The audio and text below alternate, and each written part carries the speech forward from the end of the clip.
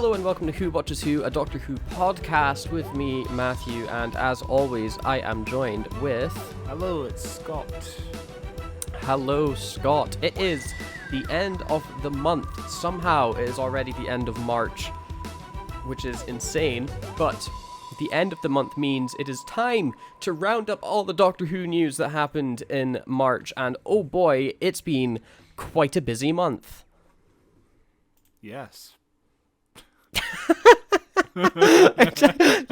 You're on your top game tonight. We shall just jump straight into the news stories, since Scott is being so very talkative. And let's start off with our headline story today, which is the announcement of Doctor Who Doomsday. There's a lot, I think we should do a little bit of, before we jump into actually what Doomsday is with this announcement, I want to give a little bit of backstory on what happened with Doomsday. So it was a few days ago, Doctor Who tweeted out, tomorrow there's an announcement. It was Sunday, they were tomorrow there's going to be a... Yeah. They were there's going to be a huge announcement, something to do with Doomsday, which sent Doctor Who Twitter... crazy. There were some people that were thinking that Matt Smith was coming back. I saw a tweet from somebody getting super excited about Matt Smith coming back, and then immediately, a few hours later, really, really disheartened that everybody was telling them that you're an idiot, Matt Smith's not coming back. It's because the Doomsday clock stopped at 11. That's the only reason. Yeah. Because we don't understand how the Doomsday clock works. Yeah. But and everybody, there were all these different theories about it and things like that. No, I don't think anybody really actually, I don't know if that's true, because I feel like you said that you think it's going to be another Doctor Who, Victorious. Multimedia event. Yeah, that's what I thought, because it makes sense to do another one. Time Lord Victorious was a huge success. Everyone experienced Time Lord Victorious. Everyone bought the Brian the Ood t-shirt and read the lore behind Brian the Ood, Yeah, everybody. I don't know a single person that didn't love Time Lord Victorious. I don't know a single person that hasn't heard of it.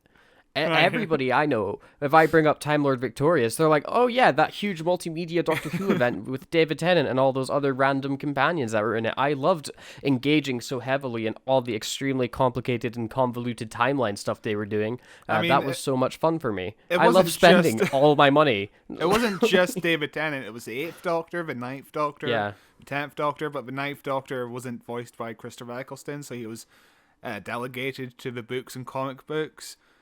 So it was really only the 8th and 10th Doctor. I still don't know what the fuck the plot was. No, I don't think anybody does, really. But it's interesting because when they announced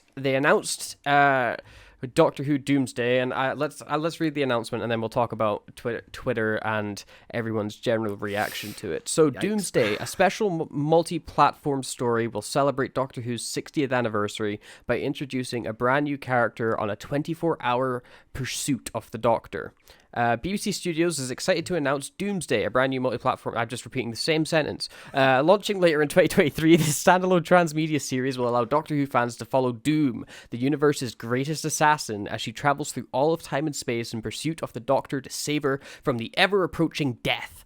She has only 24 hours and a vortex manipulator to save her before her fate is sealed forever. Stand-up comedian, comedy sketch artist, and actor Suze Kemper will be the face and voice of Doom, and a number of fan-favorite characters will feature along in her journey. And then we've got a bunch of quotes from other people that I'll come back to.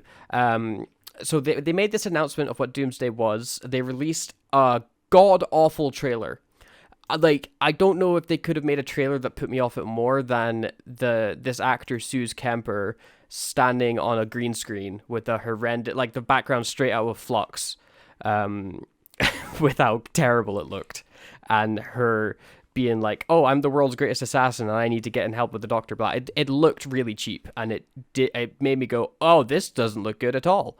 It was not a good first impression. To be fair, it is a visual trailer to something that won't be visual, So yes, I think it's allowed to be fairly cheap, but at the same time, they could have spent a little bit more budget. You could have you could have done something different with it.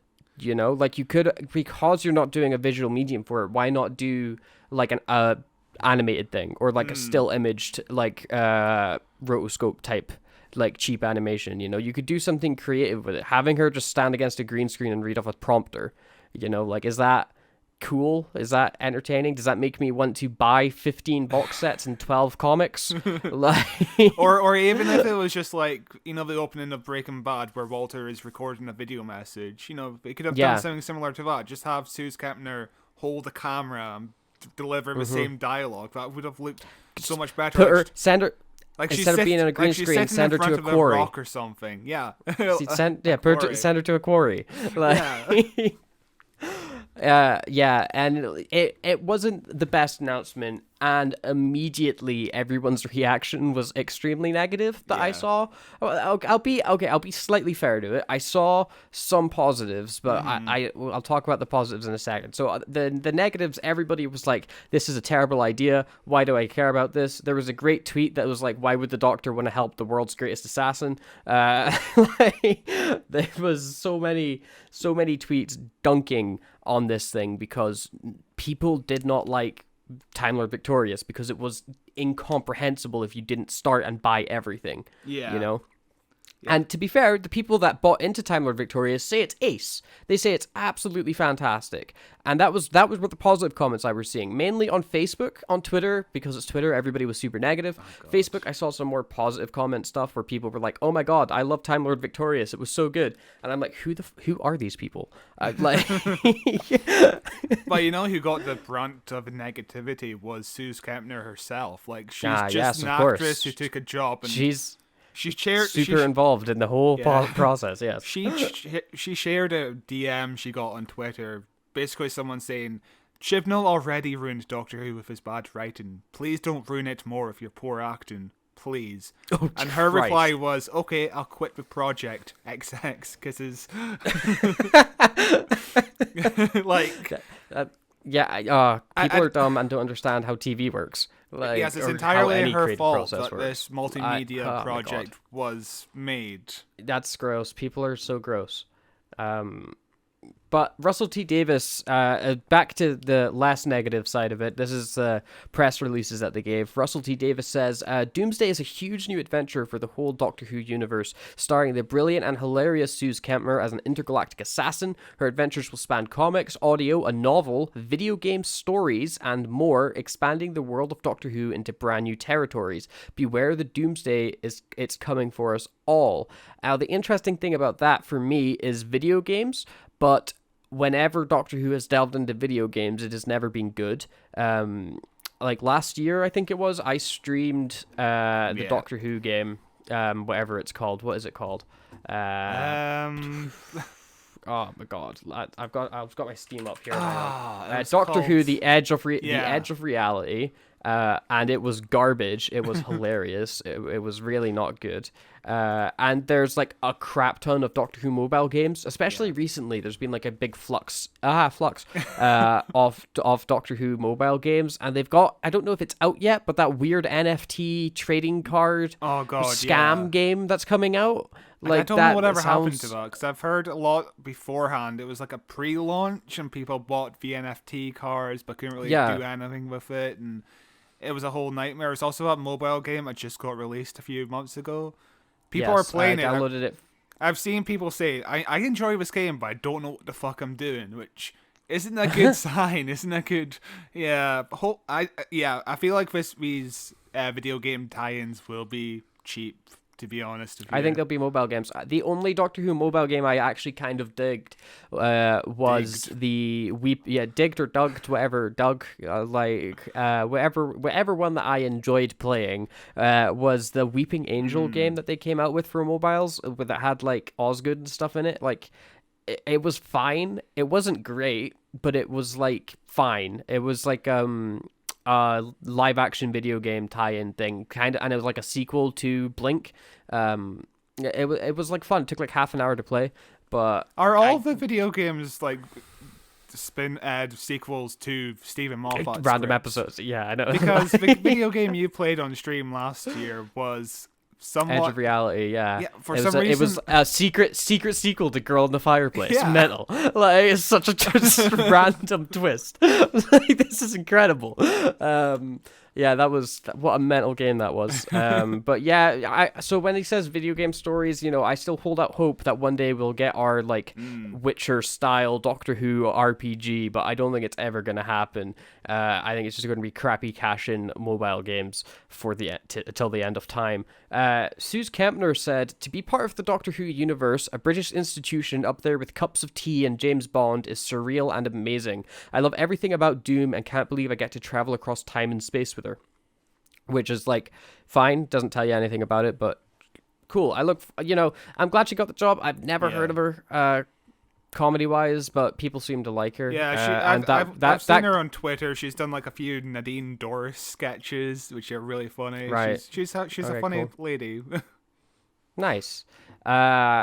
The article here continues. Doomsday will kick off on Doctor Who digital channels later this year, followed by products from Doctor Who Magazine, Titan Comics, Penguin Random House, Eastside Games, Big Finish, and BBC Audio, each telling a section of Doom's story. Each partner will create their own adventures for Doomsday, each focusing on one of the 24 hours Doom has left on the clock. The standalone stories will also have an overarching narrative that will play out before the finale, which will release on Doctor Who digital channels. So they're doing like a 24, the TV show style thing with it, with like each thing's going to be like an hour long. I'm going to look up this game studio, Eastside Games. They are, believe it or not, a mobile game developer. Oh, God. At least it's free video games. At least you don't have to pay Is that good? £40. No, that's bad. That's free video games. You pay more than £40. But Eastside Games have developed. They do a lot of tie-in games. So they developed the Trailer Park Boys mobile game, the Office mobile game, the Always Sunny in Philadelphia mobile game, the Archer mobile game, the Star Trek Lower Decks mobile game. They did this most recent Doctor Who mobile game, the Doctor Who Lost in Time. Oh, God. So like they basically are just, we do tie-in games for mobile that steal people's money, which is fine. It's like a cool company. I really don't like mobile games. At least I don't like free-to-play mobile games. I think there's some fantastic mobile games you can get out there if you pay like £3. But the mobile game market is just a complete mess. But Scott, are you excited for Doomsday? I think it's a cool idea, but I'm not convinced yet. I think we're going to try and figure out a way of trying to cover this. So stay tuned for that. Yeah. It's going to be interesting. I don't know how we're going to cover it. I look forward to spending £300 a month on that crappy mobile game so that I can get the diamonds to unlock the TARDIS with my vortex manipulator. Like. Oh God! Imagine grinding for like 20 hours to get a plot detail that's important. Oh my! I'm very curious to see how this will turn out. It's a neat concept. I imagine, because in the trailer she says, if you see the Doctor, tell them this message. I presume there's going to be multiple Doctors. We don't know which Doctors is going to turn up, so that's going to be. We don't know who the special cast is. We might get some companions, some Doctors, some monsters. We don't know what the plot really is, apart from she's trying to find a Doctor. Mm-hmm. Yeah, we don't really know what the plot is. I think that'll be revealed as we get closer to the release date, but I don't think I'm excited for this at all. Like, when Time Lord Victorious got announced, the first time I was like, oh, that sounds cool, and then I stopped thinking about it forever. And I didn't engage with it in any way because it just seemed like a lot to engage with. If we weren't doing the podcast, I think I would have the exact same reaction to Doomsday as I did Time Lord Victorious, where I would be like, oh, what a neat idea, and then completely blank on its existence because I just do not have the capacity to want to keep up with comics and books and games and everything to learn one story that I kind of don't care about, and a story that will not be important for the rest of Doctor Who lore. Yeah, when Time Lord Victorious came out, I kind of bought into the hype. I have one of the vinyls that Big Finish released of Time Lord Victorious. I think it's a 10th Doctor on one side and 8th Doctor on the other side. Haven't listened to it. I got a book. haven't listened to it. I got a comic book, haven't read it. And then once I fall behind, there's like, oh yeah, there's like 20 more things that came out while you haven't started it, and it's like I can't start this now. There's too much content to consume and buy. Like I don't even know the order of what Time Lord Victorious is. I don't know. I've seen a picture of the Time Lord Victorious like timeline you have to follow, and Jesus Christ, there's so much. Yeah, there is like 20 different orders, or if you want to follow the 8th Doctor and then go to the 10th Doctor and then follow Brian the Ood storyline, and then But apparently, if you listen to it like from different characters, like orders and perspectives, you can get something different from it. Like there is a cool enough story that you can see it from every character's perspective and see the story in a different way. But like, Jesus Christ. That's cool, but at least I feel like it could have just been like a big finish audio box set or something. Like, oh yeah, here's an entire series, 13 episodes, you can listen to them in any order. You can listen to one episode or whatever. One thing about Doomsday, I will say, it probably has the worst title of all time. Both the best and worst title of all time, because I get the joke behind it. Doomsday Clock, 24 hours. Her name Character's is called Doom. Doom. It follows her day. It's funny. But there's like so many Doctor Who media called Doomsday, because when I searched for this, I got Doomsday, the episode that came out in 2006. I also got to make sure to include... Sorry, continue. You have to make sure to include the apostrophe, because it's not Doomsday, it's Doomsday, because there's the apostrophe S. So that apostrophe is going to make all the difference with your Google searches, guaranteed. But I got the Doomsday episode that came out in 2006. I got 4 to Doomsday.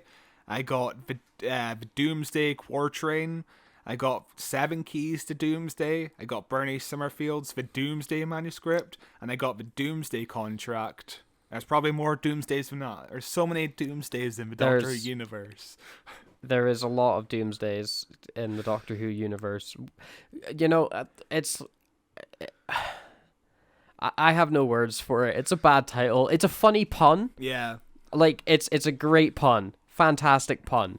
Terrible title when you have 15 other projects called Doomsday.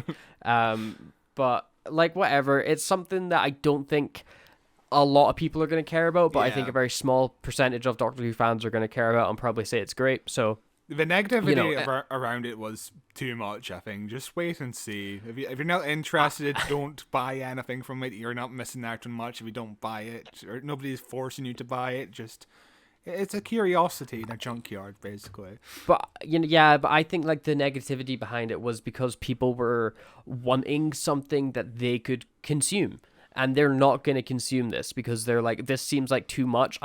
This isn't what anybody was asking for. Like, who was asking for a Time Lord Victorious 2? I never saw anybody be like, oh my god, I need more Time Lord Victorious. I don't think they made enough. I don't think they did enough Time Lord Victorious. Nobody said that. Not a single person. At least this one isn't as bad, because Time Lord Victorious had an escape room being part of the storyline in the middle of COVID. Oh my god. Amazing. That's fantastic. I love that. That's so good. Oh, Jesus Christ. But before we move on to our next story, there's actually something that I want to say that I forgot to mention. I was going to do it at the top of the podcast, but Scott threw me off with Scott threw me off with how talkative he was right at the start. So I just jumped in. This podcast is available now on Apple Podcasts, which is great if you use an Apple device. It's one of the biggest podcasting networks. I actually think it's where the term podcast comes from. It was like on the original iPod or something. They had a section called podcasts. But yeah, we are available on Apple Podcasts if you want to listen to us there. More importantly, if you want to leave a review for the show on Apple Podcasts, that would be pretty cool. Or just leave a review on whatever you're listening to. If you're listening to this on Spotify or on like Podcast Addict or something, just leave a review. Leave a review and I'll read it out at like the start of either our monthly news shows or like every show ever. Depends on how many reviews we get, because reviews help people find the podcast, and I think that'd be pretty cool. Takes no time out of your day. Just give us fucking 5 stars. I was going to say 3 stars, but don't give us 3 stars. That wouldn't be good. Give us 5 stars. And I'll read it out, because that really actually helps out the podcast and helps people discover the podcast. That's how I've learned Apple Podcast works, apparently. More reviews you've got, the better it is. I assume it's the same on platforms like Spotify and Podcast Addict and stuff like that. On any platform, give us a review. On YouTube, give us a comment. Give us a like. Just... engage. There's the smallest amount of engagement helps pump our stuff through the algorithm a little bit more, and we've been seeing our numbers go up. This has been a really, really good year for us so far already. You know, like our downloads are up, our YouTube views have been going up fantastically. This is the best YouTube has done for us in ages. So just let's keep engagement up. Leave a lovely review if you can. That would be pretty cool. Thank you. Anyway, on with the news. Sorry that I just stuck that in between the middle of 2 stories here, but I'm a consummate professional.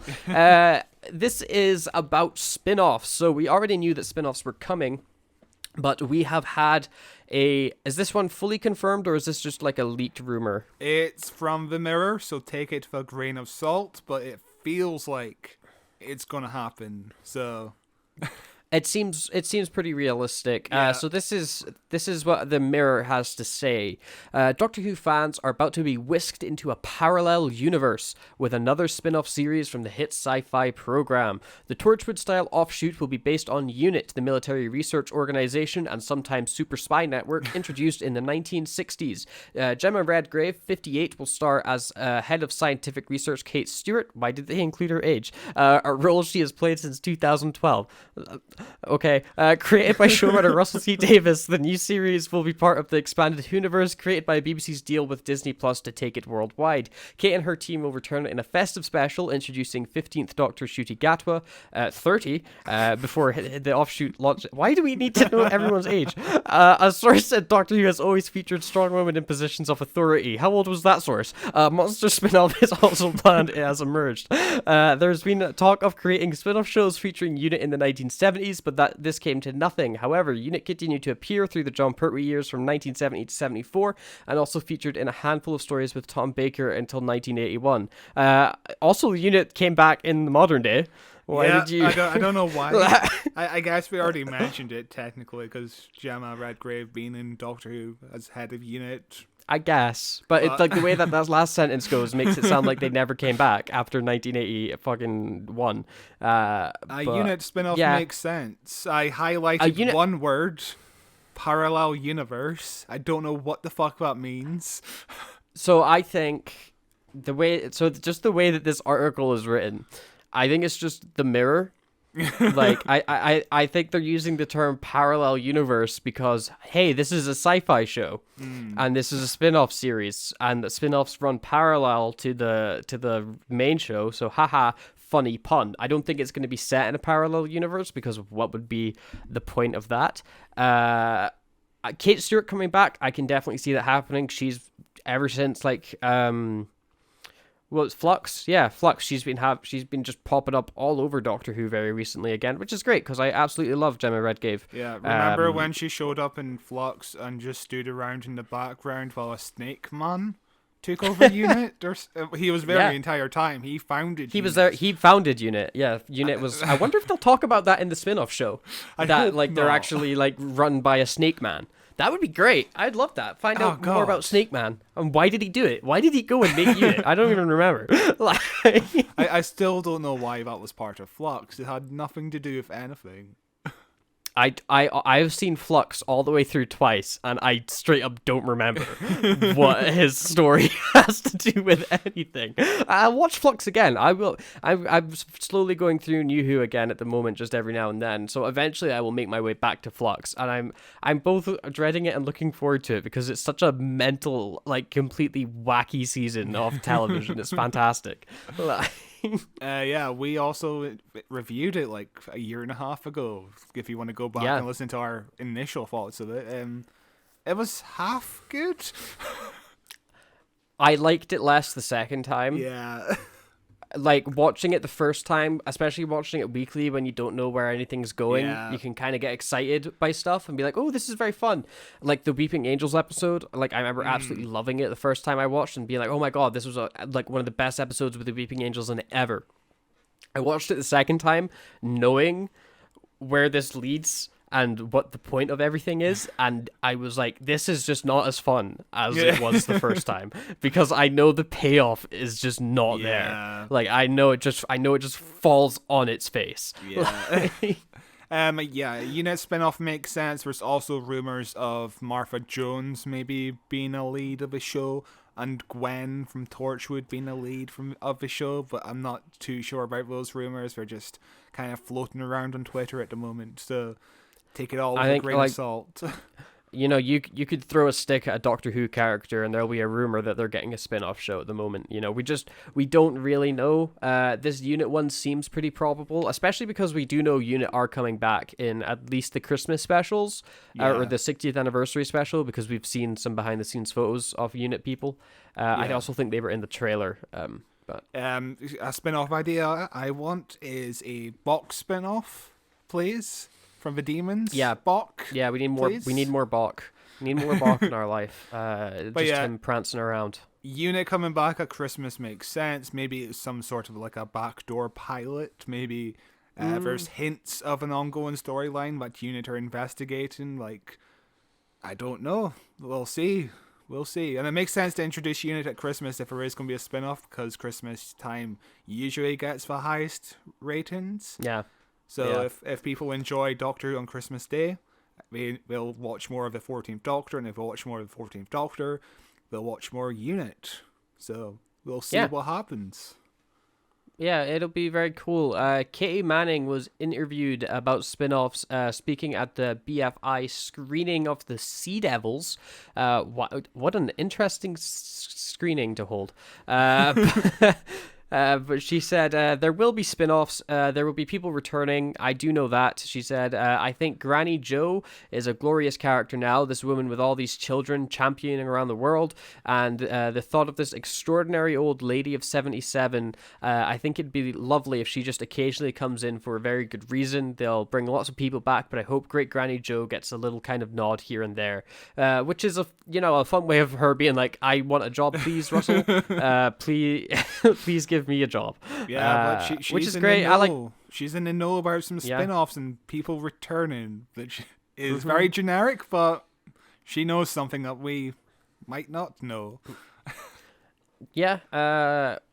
And maybe she's not hinting at Russell T Davies. Maybe that's a really not at all subtle hint that she's coming back for a spin-off, or at least coming back for like a cameo in an episode of a spin-off or something like that, Maybe, or could you maybe imagine there'll be a companion spin-offs and we just see the lives of companions after they leave the Doctor? Oh, I was gonna say maybe it's an they'll do anthology like kind a of show. Maybe, but I was thinking maybe they're going to do like a Sarah Jane Adventures type deal with Jo instead. That would be cool. Where it's like all of Jo's grandkids going off on adventures, and she's like just hanging. She's like the computer in the house from the Sarah Jane Adventures. Like she's hidden in the walls. They don't even know she's there. The season 9 trailer for the Blu-ray of the John Pertwee years, was of Jo exploring the universe by herself, and I enjoyed that trailer. And I thought, that's the perfect time for a spin-off. And also the recent Third Doctor audio adventures follows Jo in her old age, just doing eco-warrior stuff, which is, again, it really works. I like Jo being an eco-warrior. It's fun. Remember at the end of Power of the Doctor, there was like a support group of companions. That could be an interesting spin-off. Different rotating companions each week or something like that. Companion Therapy, the show. There's like almost infinite potential that you can do with spin-off shows, which is why I think Russell T Davies has always been so interested in it, because there's so much untapped potential with the world of Doctor Who, In an interview with SFX magazine, Russell T Davies has announced that though making a spin-off in the children's TV department is an ideal, the production team are in a world in which money in children's is even shorter supply. Even with all the goodwill in the world, we'd find it very hard to do now, unfortunately. There are fantasy shows. They do stuff. Haha, do. But our stuff is expensive. There is no plan at the moment for children's, and I'm sad about that, but just affording it would be hard. So basically, couldn't get money to do basically blew up My Sarah Jane Adventure. I guess make My Sarah Jane Adventure for adults. The Joe Grant Adventures are for adults. We're not getting a CBBC Doctor Who spin-off show anytime soon. Yeah, it makes sense because CBBC is ready to be pulled off air, and the budgets are being slashed each year, and yeah, CBBC won't exist soon enough. It will only exist online, which is really sad. That's sad. CBBC is that's childhood right there. CBBC. Yeah.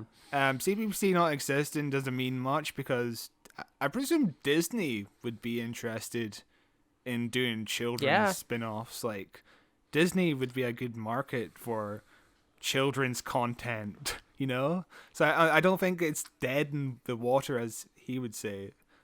I feel like it's not happen. Just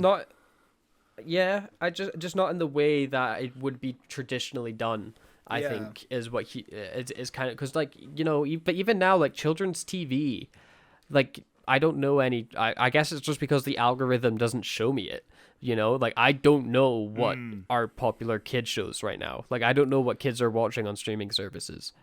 Actually, that's not true. That's not true. I do know what they're watching on streaming services. They're all watching Stranger Things. Yeah. They're all watching The Walking Dead. Because when we were at Comic-Con, every single kid was interested in The Walking Dead and Stranger Things. And I'm like, these are extremely violent and horrific shows. How is every kid a huge fan of this show? What is going on? Or maybe they're not, because one of the questions was to the Stranger Things cast. They were like, the cast weren't big members of the cast, by the way. It was like some random characters, but one of the questions literally was, what's your favorite color? Nothing about the show. Yeah, but like, I feel like if you're like a kid that young, like, you don't really know how TV's made, like, and you get up on stage, you're like, oh my god, I don't know what to ask them. I'm just gonna ask them something, but yeah, it's weird that, like, there's such a popular with young kids, those shows. Like, I would never have been allowed to watch that show when I was like 8. I was fucking watching Torchwood when I was 8. Well, we had very different parents. Do you want to take this next article so I can give my mouth a rest? It's redirecting me, so hold on. John Boyega pitches playing the Doctor in a multiverse episode, which he says, John Boyega has ventured throughout the galaxy far, far away on board the Millennium Falcon. I would now like to travel through time and space in the TARDIS as a version of the titular Time Lord in Doctor Who. I would love that, Boyega told Radio Times when asked about playing the Doctor. But get me in an episode where I'm one of the many Doctors in many timelines so I can just do a cameo. Or I'd be the assistant. Whatever. I'd show up, but just for one episode. So I like John Boyega a lot. Him saying, like, I'll be the Doctor, but only for one episode. I don't want to commit to that TV show. Fantastic. What a great answer that is. Also, I'd love to see him in Doctor Who. Yeah. I don't think I'd like to see him play the Doctor if he was going to be in it for more than one episode. But a actor coming to be the Doctor for only one episode is an impossibility in Doctor Who. If you are the Doctor, you are in, like, multiple episodes. You're getting audio dramas. You're getting everything. Like, you are in it. It's a lifetime commitment. I just immediately thought of the first movie I saw John Boyega in, Attack of the Block, which also had Jodie Whittaker. So seeing them on screen in Doctor Who would be pretty cool. That'd be wild. That'd be cool, yeah. I didn't like Attack the Block when I saw it. I don't remember my feelings about Attack the Block. I think I wanted to like it more than I did. I enjoyed Nick Frost. Yeah. He was funny. He grew weed in his flat. He did indeed. A lot of weed. I remember people. I remember I think I must have heard about the film through, like, Screen Junkies or something, and I remember them being like, "This film's amazing, absolutely superb, awesome movie." And then I was like, "Oh, cool! This movie's supposed to be ace." Put it on and was just super disappointed because it's like a solid, like, medium time. But it helped launch the career of John Boyega, which is great because he's a great dude. What has he done recently? Really, really. really let down by Star Wars. I don't know what he's been in recently. I mainly just see interviews of him like crapping on Star Wars. Yeah. But Yeah. like, you know, the biggest star that come out of Star Wars, Adam Driver and Oscar Isaac. Well, I mean, Oscar Isaac was already in everything. Like, you know, him and Domhnall Gleeson are basically just in movies together constantly. Yeah. Which is they're my favorite pairing of all time. They've done so many movies together. Like John Boyega has done movies called Naked Singularity, Breaking, The Woman King. He's doing a movie called I've heard of The Woman King. Yeah, they cloned Tyrone. He was in an episode of Becoming Human, apparently. 4 episodes of Becoming Human. So yeah, he's about doing work, which is great. Oh, sorry. I was thinking of Being Human, but this is an online webisode series. But it's a spin-off to Being Human called Becoming Human. So it's not really... I don't know. Interesting. Never heard of it. But yeah, Russell T Davies is to stay for years and years.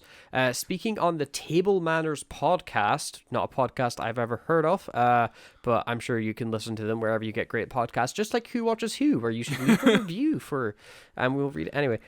With Jesse and Lenny Ware, Davis said that he will be working on the show for years, I think, actually. I will have to spend years on that. And when he was asked whether this would mean he wouldn't have any other new projects in development, Davis said, "Not for a while, I'm sorry, time to give these young people a bit of space."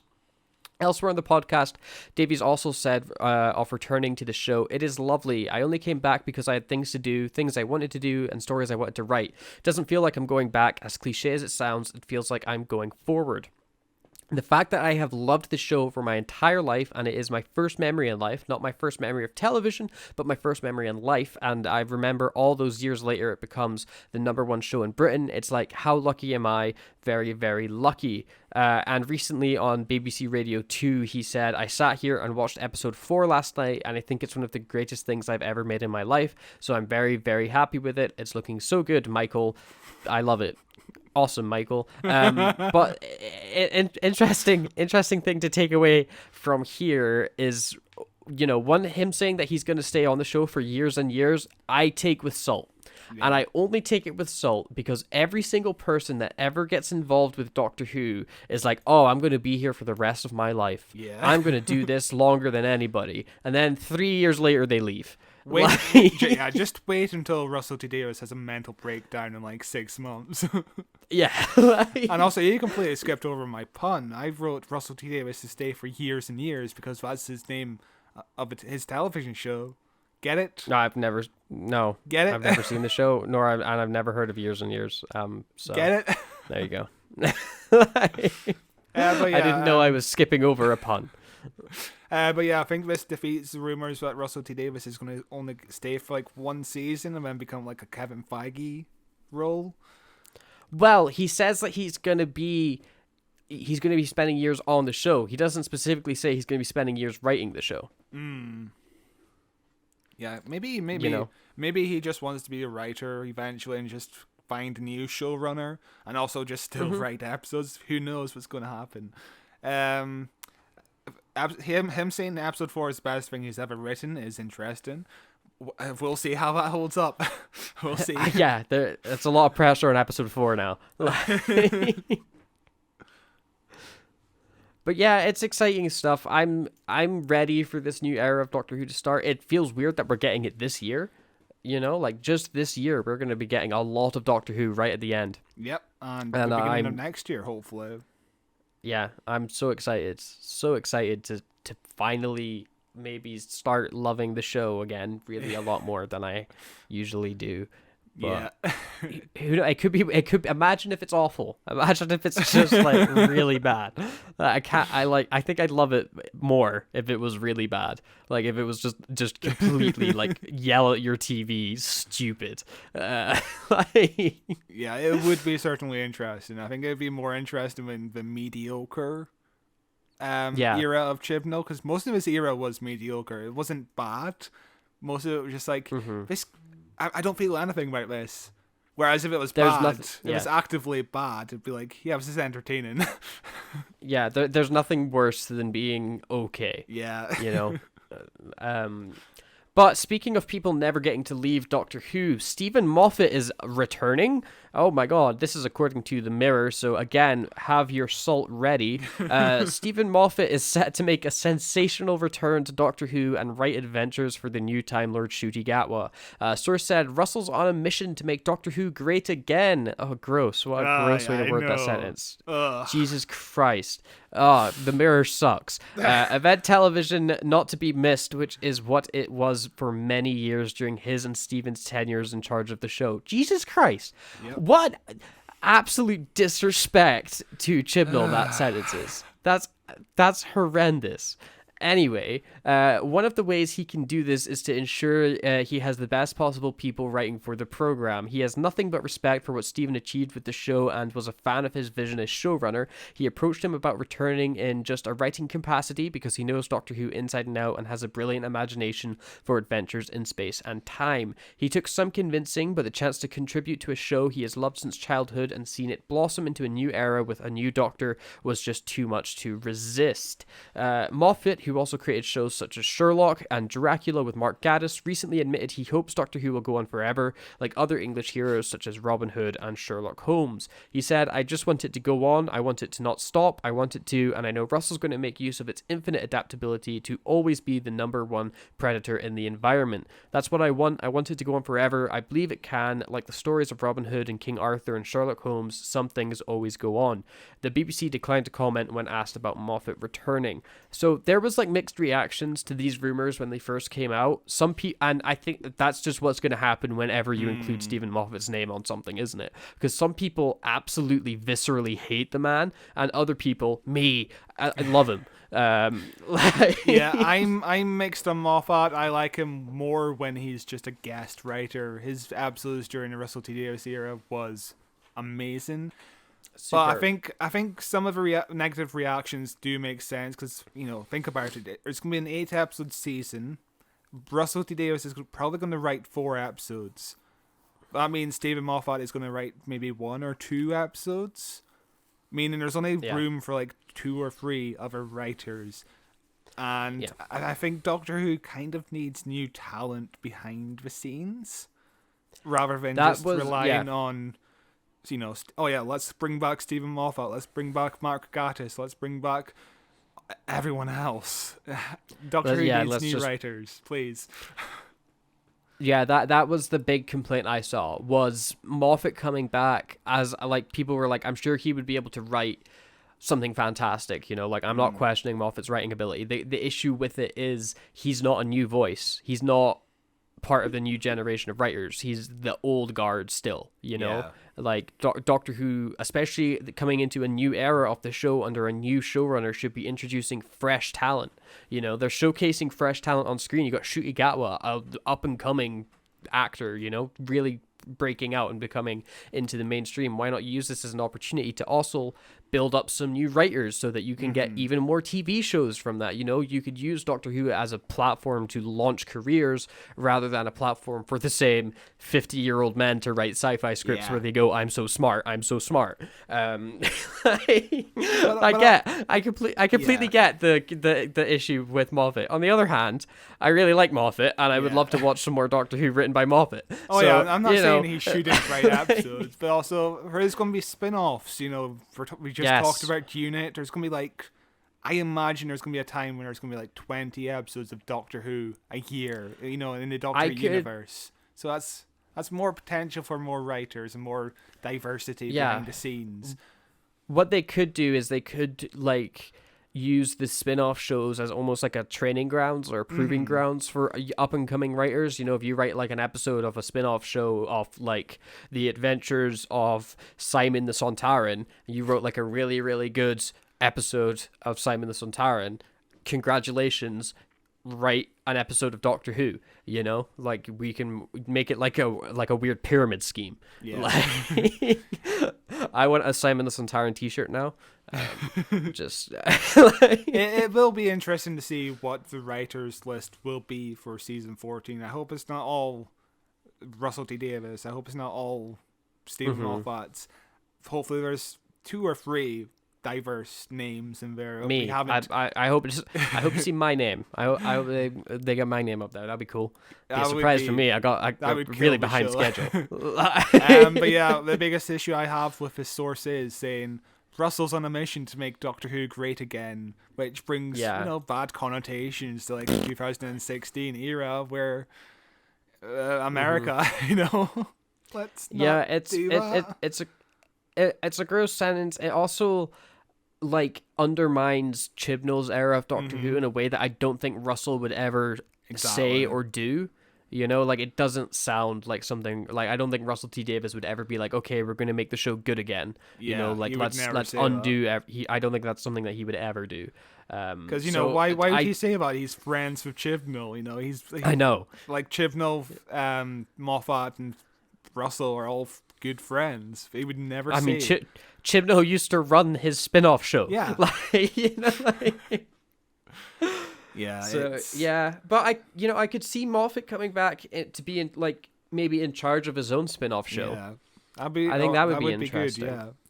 We'll see, or maybe just write for another spin-off show. There's so much potential of what Moffat can do if he wants to come back. I'm not entirely convinced he wants to come back because his era is still pretty fresh.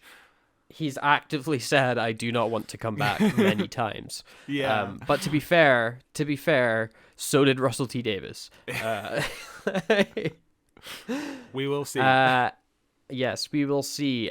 Chris Chibnall, speaking of the man, has recently done an interview with Radio Free Scarrow, other Doctor Who podcasts that have been around since 2008. Yeah, I think it's crazy. They have been around for a crazy long time. This Chibnall interview is episode 850 or something. It's insane. Insane. Yeah, absolutely insane. One day we'll catch up with them, I'm sure. Chris Chibnall said that the BBC pushed for New Year specials instead of Christmas specials because there have been a lot of Christmas specials. A lot of Doctor Who episodes with snow in it. A lot of big dramas premiere on New Year's Day, like Sherlock, Dracula, and Happy Valley. And Chris said that he wanted Spyfall to premiere on Christmas Day with the second part on Boxing Day, but the BBC refused because it was quote-unquote too scary. There's nothing scarier than watching a man tap dance lasers. There's nothing scarier than Lenny Henry having a company called Four. I forgot it was called Four. Oh, amazing. Amazing. So good. So good. Chibnall talks about the marketing, and he says that there was big marketing for his first season. BBC America paid them to go to San Diego Comic-Con, for example. But got less and less marketing for each season because, according to Chibnall, budgets are shrinking. The BBC's under attack. For Flux's budget, they could really only advertise on the BBC, which is why the BBC's partnership with Disney is so amazing and 5 years overdue. Which is true, because if you think back to when Jodie got announced to the Doctor, it was everywhere. You could not escape being a Doctor Who fan or just being online and not seeing a piece like that photograph of her in the woods. There was marketing out its ass when Jodie got announced to be the Doctor, and then the build up to her first season, and then after that it was radio silence. You could miss Doctor Who easily, completely just. Never heard of it, and nobody ever wrote about it. Nobody posted about it. It was just nowhere to be seen at all, which sucks. And we spoke for the build up to Flux. Oh god. We spoke constantly. Where is the trailer? Where is the marketing? How do we know that this show even exists? Because there was nothing. It was a barren wasteland before, Part of the marketing was for them to remove their social media. I will never understand what the reasoning was. Everybody goes, oh my god, Doctor Who deleted their Twitter, then Doctor Who gets trending on Twitter, and then you get social media clicks. But the problem is, things only trend for maybe 10 hours before people lose interest. Yeah, and also trending is a lie. On Twitter, the trending tab is specifically for you. Yeah. It's things that it's an algorithmic chosen thing that people that kind of look at the same interests as you, they're all kind of talking about this one thing right now. It's not like worldwide. It's like it's based on per user. So it's a complete lie, and it's extremely convoluted to try and work out what, if anything, is actually trending in any way, because our entire lives are run by algorithms that don't work. It's wonderful, isn't it? It's wonderful so what good. society is now. It's definitely built to last. He also said that he wanted K9 to be in an episode, but he couldn't get the rights, which sucks. I would love to see K9 back. That would have been great, especially with Chibnall, because Chibnall loves that era of Doctor Who. He does, yes. K9 coming back would be fun. I imagine he couldn't get the rights because Bob Baker was so poorly towards the end of his life, and he recently died also, so I imagine we're not going to see K9 for a while, because the estate, I guess, would have custody of K9. Yeah, I would imagine his family. Which makes it sound like we just have K9 in a kennel somewhere. They might, Maybe we'll get another K9 spin-off show. Oh, please! That'd be great. I'd love another K9 spin-off show. Yeah, maybe the focus is the family. Maybe the family really wants to get a K9 Timequake movie off the ground running, just in honor of Bob Baker. And they'd be like, "What type of soil do we need, K9?" Go back to our K9 and Company spin-off if you want to know what reference that is to. Oh God! Yeah, what a special! Amazing! I loved that, and I loved the Australian K9 show. That was so good as well. We did. I want more K9 in my life. We did. That's K9. insane. I know. That's insane that was a year ago. One of the best. I have lines. the DVD on my shelf behind me over there somewhere. Great time. One of the best lines in the entire Whoniverse is still, "Mr. Whiffy may be stinky and smelly, but you, lady, you're the real monster." I just think incredible writing, like it's Shakespearean. Into our next news story, we've got Marvel level special effects. Wow. Speaking in the latest issue of Doctor Who magazine. Oh, this is an Irish name. Sean? How do you pronounce that? Siobhan? Is that a man or a woman's name? Sean? I'm going to say Sean. I don't know how to pronounce that name. Let's ask Google. Yeah, I'm sure they'll get it right. Dear whoever this is, I'm very sorry at my horrific pronunciation of your name. I mean, no disrespect. I'm just uncultured. Shan. Okay, I thought it would be a similar sound to like Sean or something. It looks Irish. Shan Rainish, the VFX coordinator on the new episodes of Doctor Who, told Nick Setchfield about her responsibilities and shared some behind-the-scenes teasers. It's a female. We're using top-of-the-range technology, the kind that Marvel films use to make Doctor Who in Wales, which I think is pretty spectacular. It means Doctor Who is at the forefront of pushing the boundaries, and in the Christmas special, we're shooting with drones on the set, which no one's. I'm sorry, my brain stopped working. It means Doctor Who is at the. It means Doctor Who is at the forefront of pushing the boundaries, and in the Christmas special, we're shooting with drones on the set, which no one's done before. Because of the way Doctor Who races erratically around in the TARDIS, it's amazing to have those sorts of shots, which sounds awesome, and also plays into, do you remember those set leaks of the TARDIS being huge? Yeah. One way that the TARDIS can be huge is it allows a drone to get in there and fly around, which the other TARDIS sets have been a bit cramped to really use a drone. Or if you've got something that's the size of like a hall, easy to get a drone in there. Also, the fact that they're saying they're using special effects like Marvel films and stuff use makes me think that maybe they've got their hands on, the like projector screens that Mandalorian and stuff use. Yes, because they've also got Disney Plus involved, and it's a Disney-created device, easy for them to get access to it. Yes. And, it does... There are... I don't know where the volume is located. I don't know if there's a studio in the UK that has the volume yet. But I imagine it could be easily set up at I almost called it Bad Wolf Studios. I could imagine it could be set up there quite easily. I don't know. Yeah, I don't know. But every single Star Wars show, every single Marvel show, they all use this volume technology now because it's cool as fuck. The issue with it is I'm getting a bit sick of it because you can tell it's like when something is green screen. Now you can tell when something is on this. I already forgot the name of it. I just noticed the volume. Volume. In the most recent Mandalorian episode. Yeah, yes. It is very noticeable in that episode.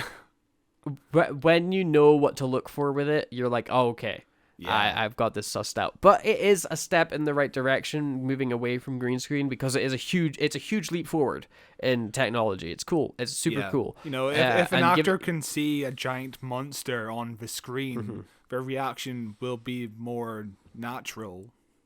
Mm-hmm. For example. But I'm so looking forward to seeing this Doctor Who fully, because just that trailer we got looked amazing. Yeah, one of the most cinematic things Doctor Who's ever looked like. So I cannot wait to see it. Full episode. It's going to be amazing. Cannot wait. You want to take this next story? There's a William Hartnell bear that's going to be on sale. Stife? Right. How do you pronounce this? Steiff? Stife? Stife, I guess, kind of like stuff. So Stife have announced a new bear to celebrate 60 years of Doctor Who. A monochrome bear featuring the first Doctor's outfit, along with a 60th logo emblazoned. I can't read. On the right paw. Yeah. Is that the first time you've seen that word too? This is the first time I've seen a lot of words. I looking at this bear, I love him. I think he's gorgeous looking. The very first comment, £325. Yep. It's limited edition. £325. 1963 copies of this bear. Limited edition. It's way too much money for a little bear, That's so much money. So much money for a stuffed teddy bear. £325. That thing better last until the end of time. And if you want to listen to our experience of the end of time, you can listen to our end of time podcast. We just recorded that over Christmas. Yes. But it's cool that it's a very cute bear. I'm not paying £325 for it, and if you do pay £325 for it, I think you're getting scammed. But whatever. Let's move on to our next topic that we've got, which you've written here: Comic-Con experience. So just this past weekend, we were at Comic-Con. Comic-Con came to where we are in Scotland, and we went to it, and we saw some people, and there wasn't a lot to do, but it was kind of cool. There were panels, and it was a cool time. It was also the first time I saw Scott since college, which was a long time ago. It was crazy. It was the first time I saw a few people from college, actually, because two of our friends were there, which was interesting to see them again. I see them all the time, so it was regular boring for me. But yeah, it was a fun day. It was a fun day. The interesting part that's relevant to the podcast is they had a lot of classic Who doctors there. They had Paul McGann, Sylvester McCoy, Peter Davidson, Colin Baker. Was that them all? And Sophie Aldred. Yeah. That was the classic Who lineup, it's a pretty great lineup that they had. You and I were lucky enough to purchase photographs with them. I got a photo with the greatest Doctor of all time, Paul McGann, and you splashed out the big bucks and got a photo with all four of the Doctors. Yeah. Which you can see on our social media pages if you go to either our Facebook or you go to our Twitter, at Watches Doctor on Twitter, Who Watches Who on Facebook. You will be able to find those photos if you're so interested in looking at how much of a hippie I am in real life. You look so high in that picture. I do. It's great. It was great though, because when I went in, like Paul McGann was like, "Oh my god, I love your hoodie," and then he rubbed my belly, and then we took a photo together, which was great. Also, really weird when I was getting my photo taken, Colin Baker was just there, like he was just sitting watching it happen, and he was just like giving commentary as it went. I'm like, this is surreal. I imagine Colin Baker was waiting, because after Paul McGann was before Doctors Together, which was when I got my photo taken. So I imagine Colin Baker was just waiting for that to happen. It's just hanging out. Yeah, he was just hanging out. Nothing better to do. Do you want to take things in order? Because we first, one of the first things we did was to walk up to Sylvester McCoy and Sophie Aldred, which nightmare. Which is interesting because I learned a lot about myself. Because like I'm like I used to be like a really anxious person, and I don't think I'm that anxious anymore. Going up to meeting these two people is the most anxious I have felt since I was like a teenager. Like I was like, this is awful. Like I don't know where this fear is coming from. Usually I can be like quite confident and I can be quite like outgoing and engaging. Second I walked up with him and locked eyes with Sylvester McCoy, I was like, I don't know what to say. Like my mind is going blank. One of the first things you said was, I don't know what to say. I'm sorry. Yeah, I know. Like, it was just pure like panic. Like you're just looking at me like expectantly, and I don't know what I'm supposed to do in this situation. But it was interesting. Sylvester McCoy complimented my hoodie as well. Yeah. He was like, I like your hoodie. Then he looked at your t-shirt with the Crispy Master on it and went, I don't like your t-shirt at all. Which was great. Yeah, because it was a Crispy Master saying, only hate keeps me alive. Yes. And he's just like, I hate your t-shirt. Yeah, I didn't like it at all. He seemed Sylvester McCoy was an energy the whole event. He was. I'm sure we'll talk about him when we get to the panel, but he was clearly tired. He was low energy when we came up to him, but because I imagine it was just because it was lunchtime. Because we first tried to walk up to Paul McGann, but his very nice assistant, I would say, she was lovely, was like, sorry, but Paul McGann is going for lunch. I imagine Sylvester McCoy's lunch was like 10 minutes after that. So he was very low energy. You know, he's an 80-year-old man just waiting for lunch. So yeah, it's day 2 of the convention. Yeah. Like you've got a panel to go to in a couple hours. You know, like it's a quiet day.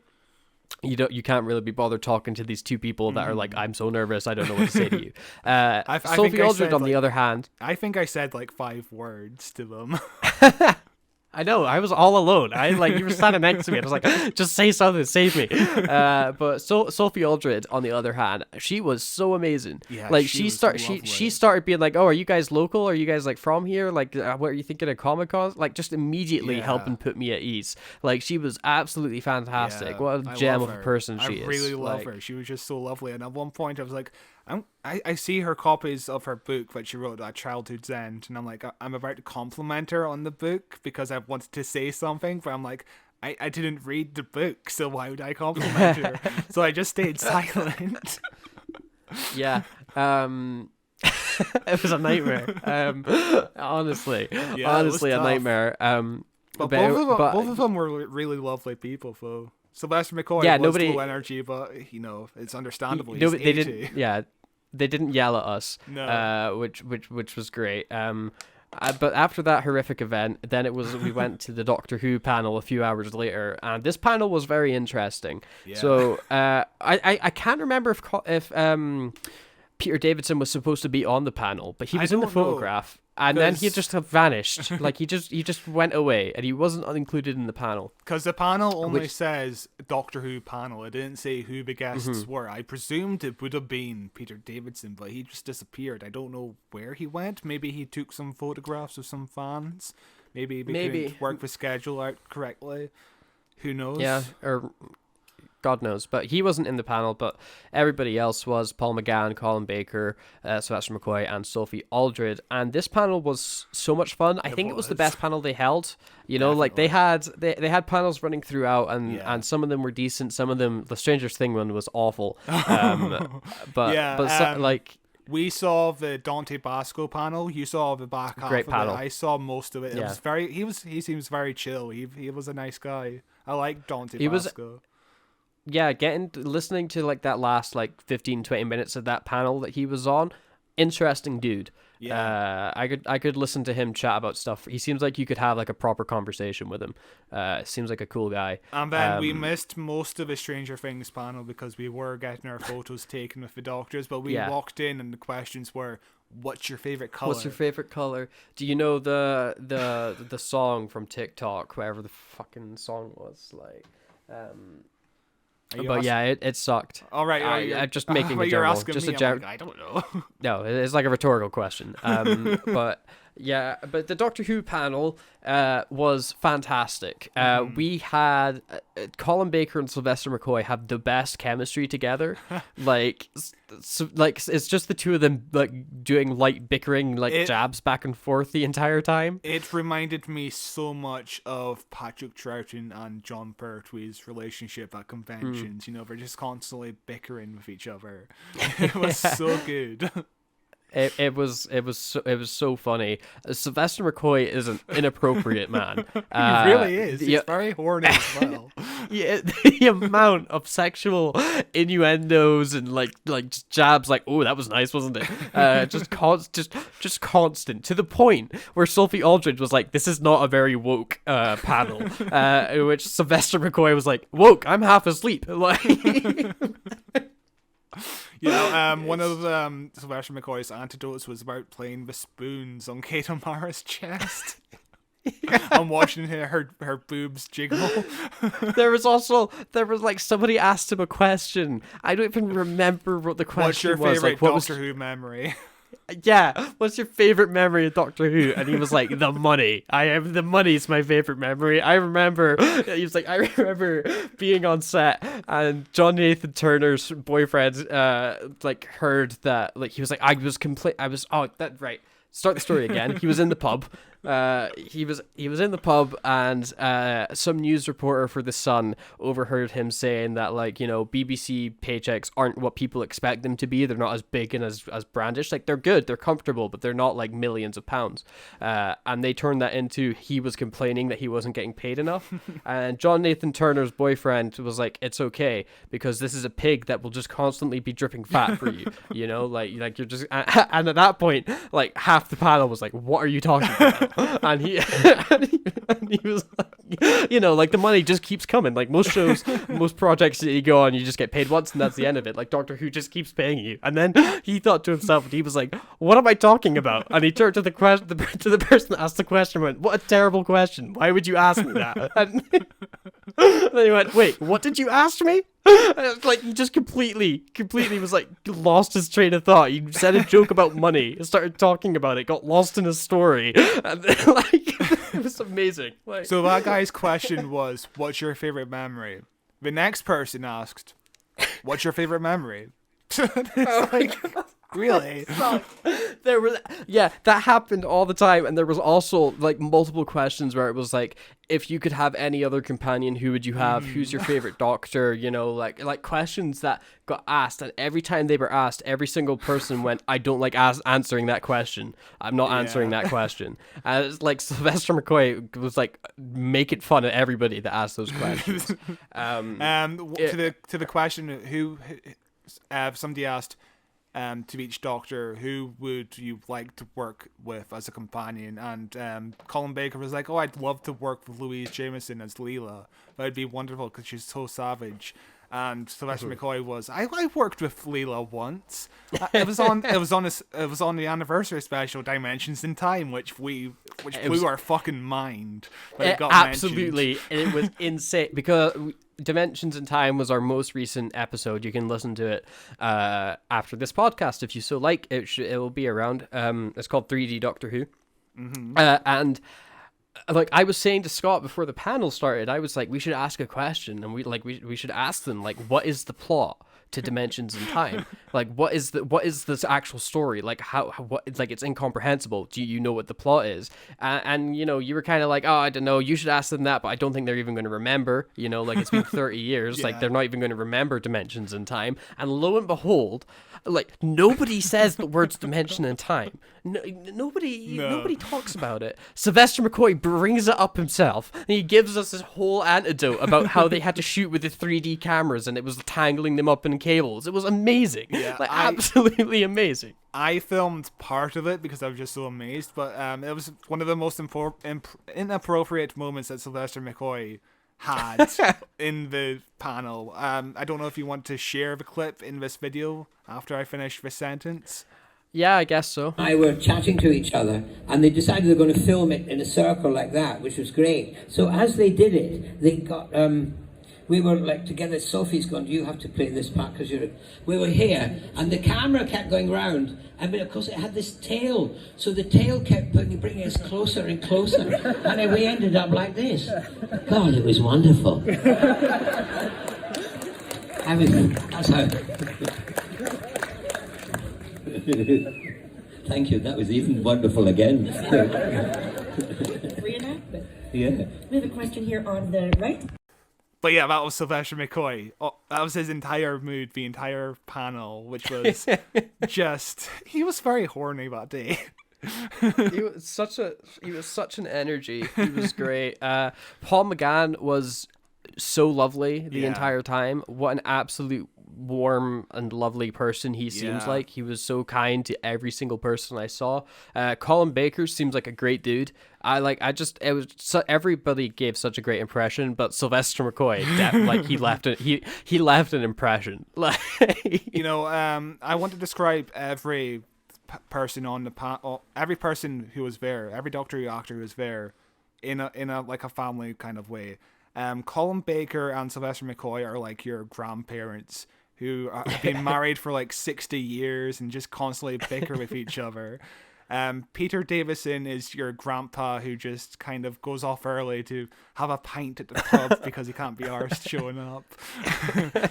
Paul McGann is your cool dad who maybe was in a rock band in like the 80s or something, or maybe he smoked a lot of weed and offered you weed at an early age or something. He's just really cool and chill.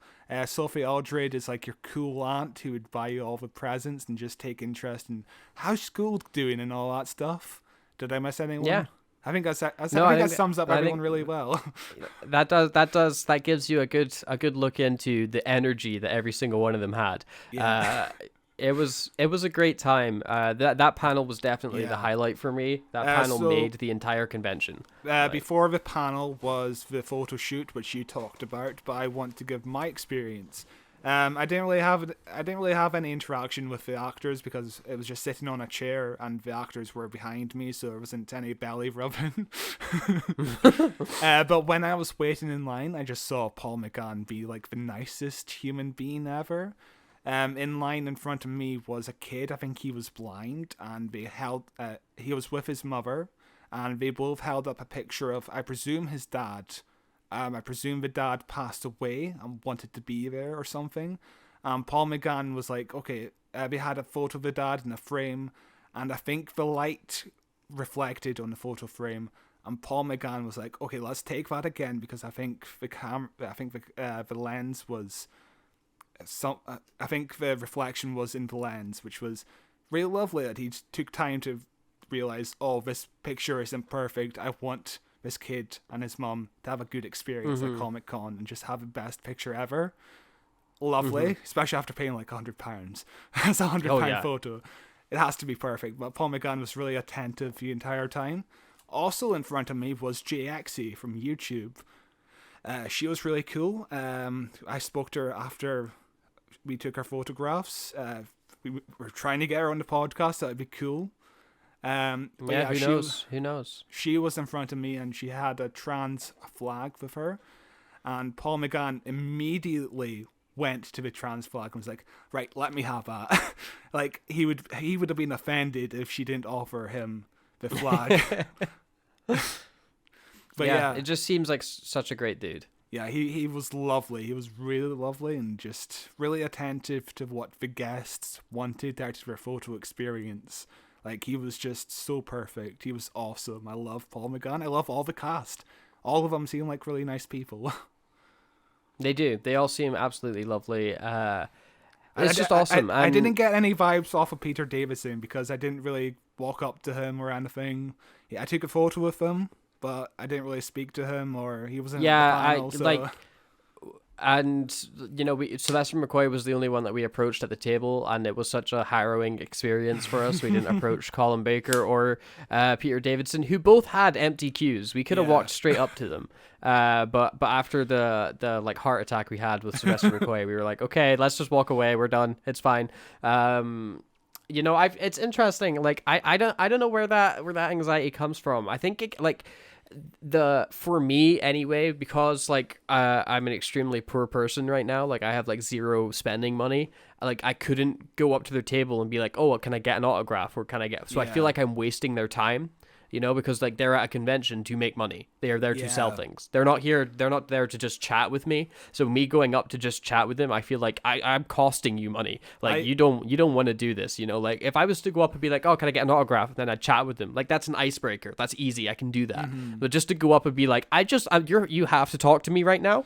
Like you're at a table and you can't escape, and I have to talk to you. Yeah, that to me, it just feels gross. I know exactly what you mean. I also had the same thought, but I'm like, I spent £120 on Comic-Con just to get a picture with you guys. So yeah, I didn't feel quite as bad because I already spent so much money just to get this photograph, which was worth it in the end. I was very happy with the way the photograph turned out. It's a great photograph. Oh, it's a great photo. Yeah. My photo was fantastic as well. So it's super high quality. Very, very good. And way better managed than I thought it was going to be. I thought it was going to be a nightmare the way that schedule looks, because that is a horrifically laid out schedule, but they somehow made it work. But yeah, Comic-Con was a good time.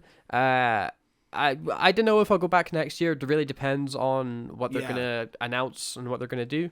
Yeah, but it was fun. First Comic-Con I've been to since I was like 14. So if there's some really good guests, or so many good guests this year that weren't just Doctor Who related, there was Dante Basco, there was Sean Pertwee, there was cast members from The Walking Dead. Who else was there? The Power Rangers guy, who I really regret not going to his panel, because the very next day they released the trailer for that new 30th anniversary Power Rangers thing that he's like the main character of. Like, what? Come on. Who else was there? The Walking Dead people you mentioned. There was the Stranger Things people. Oh, there's Leah Thompson from Back to the Future. Yeah. I wanted to meet her. I didn't even see her. I didn't even see her table. Like, I didn't see her table at all. But yeah, they had like at least 2 walls full of celebrities. It was stuffed full of people. There's like 10 celebrities I knew the name of, which was massive. Because last year the guest list was like, oh, I know this one person. And that's basically it. I will go again next year. I will go again next year if it's the same level. I want. Hopefully, there's more Doctor Who stars next year. It'd be Ace. Yeah. We already had Ace, but it would be cool if they have Doctor Who puns. But yeah, no, it was great. It was a good time. Just all around fun experience. But let's move on to some Doctor Who releases. We have got, what is this? Exol re-release. In the big finish, we have got Exol Doctor Who Excellus Collection, which is a re-release. The complete Excellus saga, including extended music scores by David Darlington. Throughout his lives, the Doctor has fought legends, but some legends refuse to die. This is 4 stories of the Doctor Who Excellus things. So you got Doctor Who Excellus Dawns, Excellus Rising, Excellus Decays, and then Bernus Summerfield, The Plague Herders of Ellis. I've never heard of this story. What is this about? Oh my god, Anthony Stewart's in it. Yeah, so basically the concept is it's Colin Baker, Sylvester McCoy, Peter Davison, and Bernie Summerfield, and each go to this planet at different time periods. So it's like one goes in like 200 BC, what the other goes in like 500 AD, and the other one goes in the year 2000 or whatever, something like that. Basically, it spans like multiple generations of people, but the one constant theme of this planet is that Anthony Head plays a character. I don't know what the exact storyline is. I imagine it will tell us if you read it, but it's got re-released. It was originally released in like 2003, but it just finally got re-released in like one package, so you can buy the entire thing. I probably will eventually check this out, but I'm trying not to spend so much money on Big Finish at the moment. It sounds cool. I wonder if Anthony Head's going to be playing the same head teacher character that he played in... yeah, this was recorded on the 21st of November 2001, so yeah, ages ago. But yeah, this got re-released in February, yeah. Anthony Head looks so young in this behind the scenes picture, by the way. He does indeed look so young. But that's cool. It's cool that they're re-releasing stuff. Just adds to the never-ending ocean that is Big Finish. Yeah, Big Finish got a lot of mentions at the Comic-Con panel, by the way. Yeah. But Classic Who didn't get one title announced, one title referred to, apart from Dimensions in Time. The only Classic Who episode that was talked about was Dimensions. Mental. Yeah, it is insane. It's absolutely just the Matrix is real. But speaking of Big Finish, let's look at what's coming out in April. Our first Doctor Who Big Finish release in April we've got is Iris Wildthyme. She's back. The Polythene Terror. More adventures with Iris Wildthyme, transtemporal adventuress who travels the multiverse with her best friend Panda in the Celestial Omnibus, a double-decker bus that is a bit smaller on the inside than it is on the outside. Exiled by her own people in Earth in 1976, Iris and Panda find the streets of London filled with rubbish and deadly plastic rubbish men terrorizing innocent citizens and causing chaos. The government are no help, so it's up to Iris to investigate. With a bit of help from Meow, the Ministry of Incursions on Ontological Wonders. That's a fantastic pun. Contains the references to alcohol and smoking. So as we discovered, was it last month or the month before that, with Iris Wildthyme, basically like a Doctor Who parody type character where it's just like lighthearted fun in the Doctor Who universe. Sounds like a lot of good times. Don't think it's something I'm ever going to listen to. Does this plot sound familiar? It should. I don't know. Tell me why. It's basically a Spearhead from Space and Terror of the Autons. Yeah, deadly I've not seen plastic Spearhead from Space, but I can see. Rubbish man. Yeah, but I'm sure it'll be fun. Yeah, I imagine it'll be fun. But yeah, that exists. It does exist. That is true. I'll take the next one. This is Doctor Who: The Robots, Volume 6. During the events of Doctor Who Ravenous 2, Liv Chenka left the Doctor and the TARDIS behind just for 1 year, a year during which she would live on Kaldor and get to know her sister Tula all over again. But Kaldor is going through a period of tumultuous change. Technology is changing at an advanced rate. The robots are evolving. Artificial intelligence is adapting, and with these changes, so politics is altering too, dangerously. Can Liv and Tula make a difference during the most turbulent time during world's history? And this is 3 stories, which I will probably eventually get to once I get to the 8th Doctor stories from the very beginning, so I don't know anything about this series. So yeah, this is a sequel to an 8th Doctor box set, which was like the third Doctor series. Third 8th Doctor series, and this is a 6th spin-off. This is a 6th box set of a spin-off. Oh my god. Yeah, the it's so dense, isn't it? It's like Marvel comic level of dense, you know? But it sounds cool. I like the idea, dealing with AI and the effect that has on politics and how you govern things and things like that. It sounds awesome. Also sounds like I have no idea what's going on because I don't know who these characters are. I've not listened to Doctor Who Ravenous 2, let alone Ravenous 1 or Stranded. You've listened to Paradox of the Daleks, which has Liv Chenka as the companion. She's a good companion. She's I've great. listened. I love her. Yeah, it's big. Big Finish. Big Finish. Definitely dense. It can sometimes a little bit too dense. And if you click on backstage, it's just a picture of the 2 cast members at a staircase. Beautiful. The next box set we've got is Doctor Who, The Fifth Doctor Adventures, Conflicts of Interest. In the far future and the recent past, the Doctor, Nyssa, and Tegan discover that humans can be monsters too. This is 2 stories with 3 parts, each Friendly Fire by John Durney and The Edge of War by Jonathan Burns. Screw it, I'm going to read both these paragraphs, they're really big. Friendly Fire by John Durney. When the TARDIS needs to reset itself, the Doctor, Nyssa, and Tegan find themselves having to fill time on a space hub filled with numerous attractions. This pleases Tegan and Nyssa to no end, but the Doctor is more interested in visiting an alien friend of his living on a nearby mining planet, and is able to persuade his friends to join him. On arrival, his friends is nowhere to be found, and the locals are more than slightly unwelcoming. With limited options for departure and a hostile populace, they may be in a lot of trouble. Sometimes true monsters are found in the strangest of places. I don't know, I feel like finding a monster in like a quarry site is pretty normal for Doctor Who. The Edge of War by Jonathan Burns. France in summer 1936, the village of Villy, sorry, I'm not French, in a state of contentment, tinged only slightly with unease. A kilometer away, construction is underway on a large underground fortification, part of the I'm not French, line project, which has seen the building of a series of defenses against future invasion.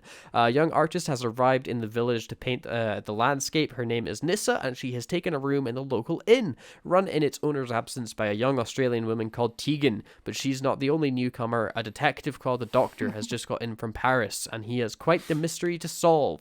That one sounds like a fun Doctor Who kind of like people are like out of place story, which is pretty great. Yeah, it's cool. What I love about the backstage photos is the fact that Peter Davison always records these in his Doctor Who costume. Whenever he does Big Finish, he dresses up as the Doctor. It's fantastic. What a level of commitment. Oh yeah, this box set sounds good. I like the sound of this box set. It does. It sounds like a lot of fun. And it sounds like relatively self-contained as well. Yeah. And the first story is by John Dorney, and he's one of my favorite Doctor Who writers, because I've listened to so many 8th Doctor stories that he's written and the 9th Doctor story he's written, and they've all been amazing. I love his writing. Ace. That's really cool. This release also comes with a bonus audiobook, Gobbledygook, by Fraser Lee, performed by Dan Starkey, which is nice. A cool little addition. Yeah, that is nice. Right. What else do we have? The next one is one I'm looking forward to. It's a spiritual sequel series to the Sarah Jane Adventures. It's Rani Takes on the World Beyond Bannerman Road. Life on Bannerman Road was always an adventure for Rani Chandra and her friends, a childhood of mystery and wonder, of meeting aliens, time travelers, lost princes, intergalactic robots, and so much more, all alongside Sarah Jane Smith. Sarah Jane is gone, which makes me so fucking sad. I'm so sad. Yeah, what a sentence. Jesus. Childhood ends. Again, I'm so sad. Everyone grows up eventually, but the story doesn't stop there. When Rani and Clyde are reunited, missed opportunity to call the series Rani and Clyde. Adventure. Oh yeah, that would be that's a good title. Adventure finds them once again, ready and waiting to take on the world. It's 3 stories. One by Here Today by Joseph Lidster, Destination Wedding by James Goss, and The Witching Tree by Lizzie Hopley. Hopley. No idea. But yeah. Yeah, it's cool. I guess I'm interested in this, just from like being a fan of the Sarah Jane Adventures and whatnot. But am I ever going to realistically listen to it? Yeah. Probably not, because I'm just not that super into Big Finish because there's too many things to consume. But I'm glad that they're making it. Yeah, I'm definitely getting this. I'm going to listen to it on some walks, so I'm going to have some fun.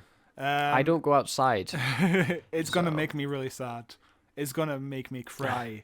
Because every time we mention Sarah Jane Smith, my tears are going to start rolling. She was like the first celebrity death I cried over. Because I was just so devastated. It just came out of the blue. It was just so sad. Don't think I've ever cried over a celebrity death, but that's mainly because I don't have emotions. I cried over Elizabeth Sladen dying and Robin Williams. Both of those deaths really made me sad. Interesting. I don't have emotions, but I was definitely bummed out when they died for sure. It seems like a fun story, and seems like I'm glad they're making it. Moving on to our next story we've got, which is our last Doctor Who story Big Finish is doing for April. Torchwood launch date. Jesus Christ, how do I pronounce this name? Geriant.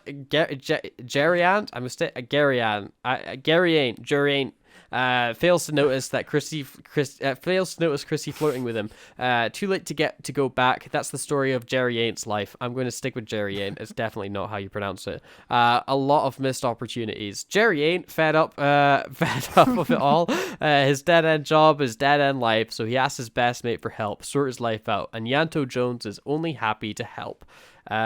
So self-contained little Torchwood story with Yanto helping out his mate, which sounds interesting. The picture has Yanto holding an assault rifle while surrounded by drones, which seems nothing to tie in with what the actual description is about.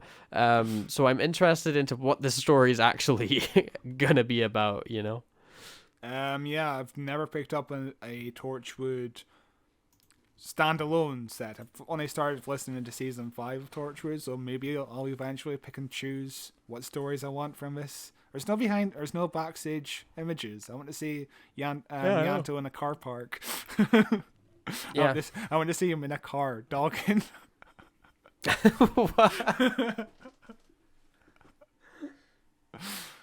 Lisa Barman, who plays God, I've forgotten her name. Fuck. Don't come to me for help. I will not be able to help you. She plays Bernice Summerfield. She is directing this standalone episode, cool. which is cool. That is cool.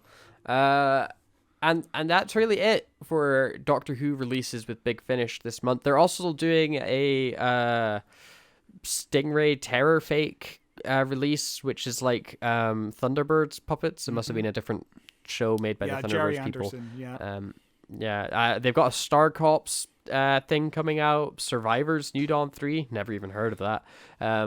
They do other stuff besides Doctor Who, but it's I think another kind of mediocre looking month for Big Finish. There's nothing that's super grabbing me.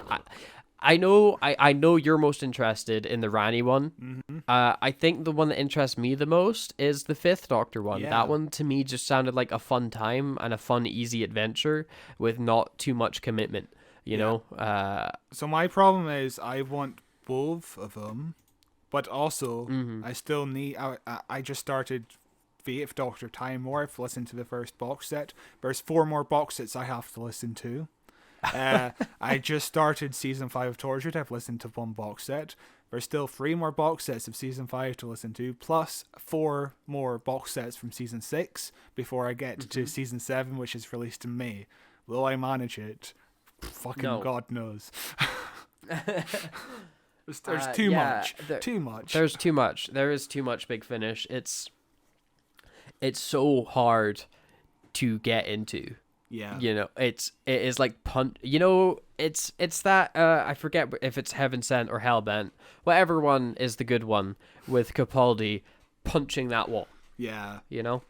That's what it's like trying to get into Big Finish. You just got to punch a wall for like a million years, and eventually you'll break through into Gallifrey. One of the questions at Comic-Con this weekend was, which Big Finish audio drama would you want to be made in live action? And some of the descriptions from the actors made me really want to check out more Big Finish stories. But yeah.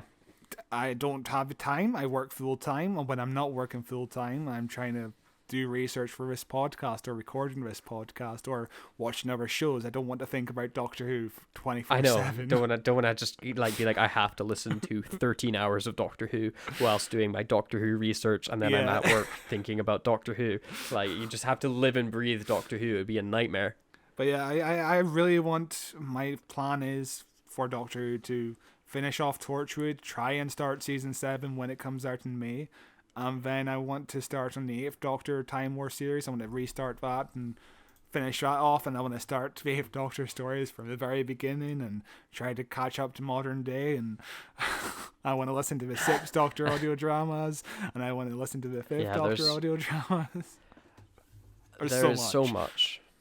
It's been 25 years of just constant releases from Big Finish.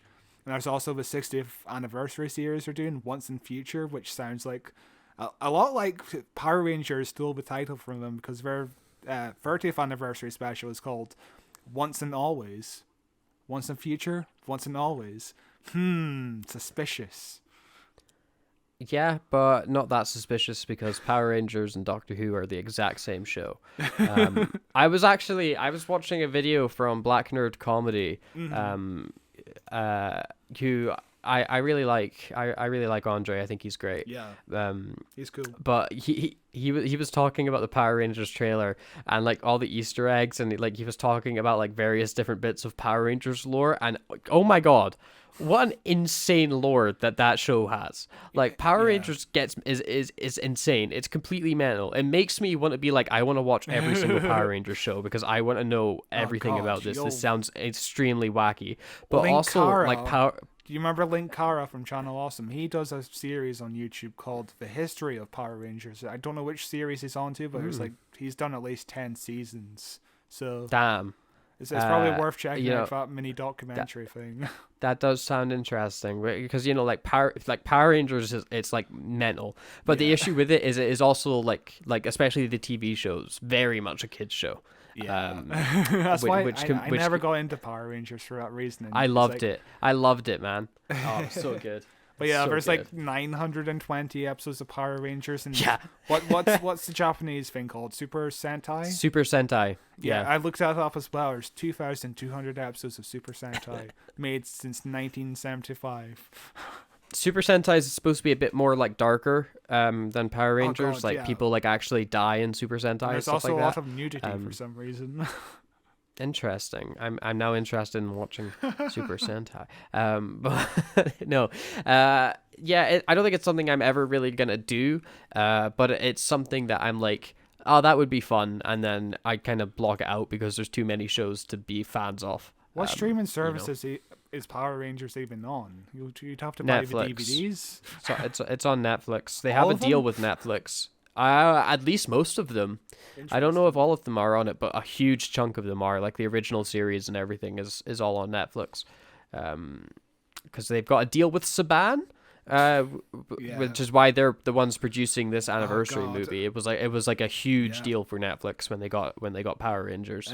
When we were at Comic-Con, we just sat down for a meal, and you and our other two friends were just talking about Power Rangers, and I'm like, there's a series where apparently they just turn into each other. They swap bodies. Yes, there is. Yes. No, they could turn into like all the different suits. Like their suit like allows them to turn into the other suits and then get the power of that suit.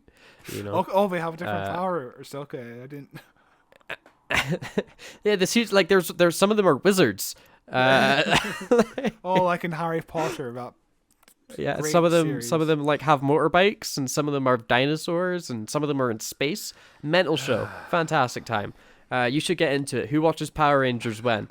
I'd be willing to at least do one episode. You know, there's so much. We could do so many podcasts. We have so many podcasts to do. I want to do like a month where we just take a break from Doctor Who and maybe do other shows. Just like 1 month. No. We can't stop. Okay. We can't stop. We have to. If we're doing other shows, we need to make a different podcast for that.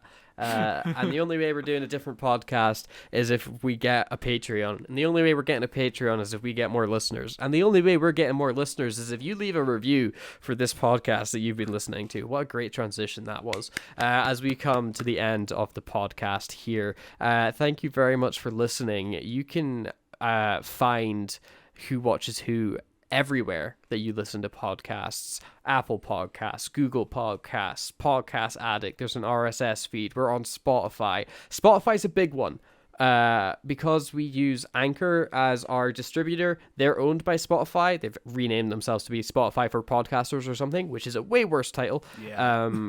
But Spotify is a big one. I don't know anybody that uses podcasts on Spotify, but they're really trying to invest. Why? That's so gross. Because I already have Spotify downloaded on my phone, so it makes sense to have everything in one app. See, but here's the thing with me, right? I was listening to podcasts before I had Spotify. So I used Podcast Addict since I was like 13 years old. And I've had Spotify since I was like 15 or 16. So, like I was the cool 13-year-old listening to The Bugle, walking to school every day. The Daily Bugle? Great podcast. No, J. The Bugle. Jonah It's The Bugle is a British politics podcast hosted by Andy Zaltzman, and originally it was John Oliver as well. Him and Andy Zaltzman used to host it. Now it's just Andy Zaltzman and like a rotating cast because John Oliver is a huge celebrity. But that's a great podcast. Very, very, very funny. But yeah, so I use Podcast Addict. That's my go-to. I hate Spotify's UI for podcasts, but fair enough.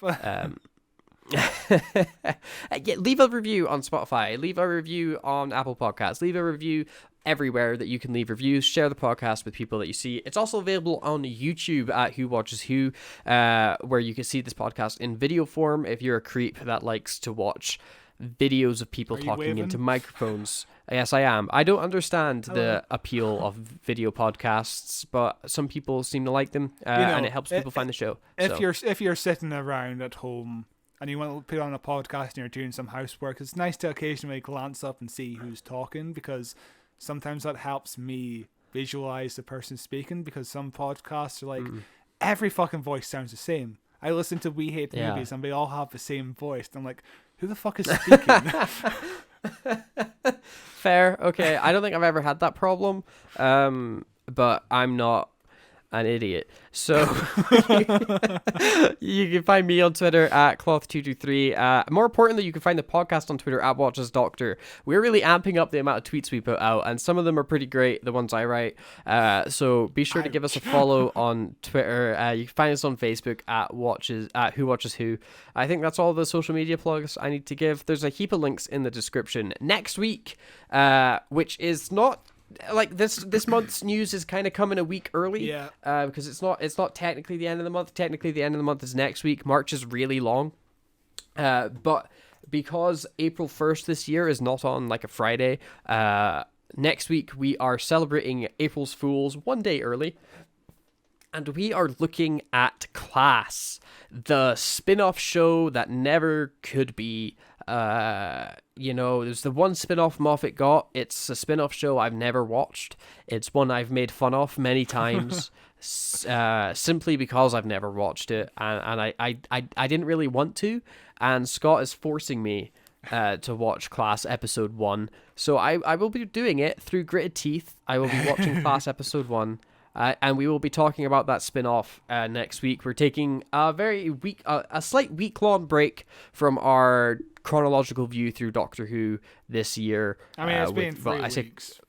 Last week we did Dimensions. This week. Last week we did. But we're in the middle. We're in the middle of a little break, going through this chronologically. So next week we are looking at Class. Be sure to watch that episode if you are at all interested in the spin-off show that just wasn't successful. I'm sure we'll have a lot to talk about, because the clips you've sent me of Class, who was this show made for? Yeah, it is gory as fuck. There's so much gore, there's so much blood, there's buckets of blood dripping from my pig. If you gave me 1,000 guesses, I don't think I would have ever thought Class was a gory show. In my head, this was a show for like young teens. Yeah. Like this would like. That's part of the problem, the marketing of a show. We'll get into next week. Yeah. There was no marketing, and everyone was confused about who is this made for. We'll get into that. And in April, we're also doing one of the biggest classics of all time, a chronological exploration of each Doctor in order, Genesis of the Daleks, which is it's your first time? Yes, my first time going through Genesis of the Daleks. I've heard of the story. I don't think I've ever had the plotline spoiled for me. So I will be going into this almost completely blind. And you can guarantee you'll be getting my reaction almost weekly because I'm not going to watch 6 parts in one sitting. So, so I'm excited. I'm excited for Genesis of the Daleks. I've heard a lot of good things about it. But yeah.